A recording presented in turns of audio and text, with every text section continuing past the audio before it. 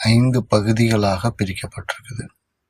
அந்த 5 பகுதிகள் 5 கோஷங்கள் அப்படின்ற பேரில் தத்தாத்திரேய யோகத்தில் சொல்லியிருக்கிறாங்க. அந்த 5 கோஷங்கள் என்ன, அதனால நம்மளுடைய வாழ்வியல் அமைப்பு எப்படி இருக்குது? ஃபர்ஸ்ட் அன்னமய கோஷம், அடுத்து பிராணமய கோஷம், அடுத்து மனோமய கோஷம், அடுத்து விஞ்ஞானமய கோஷம், அடுத்து ஆனந்தமய கோஷம்.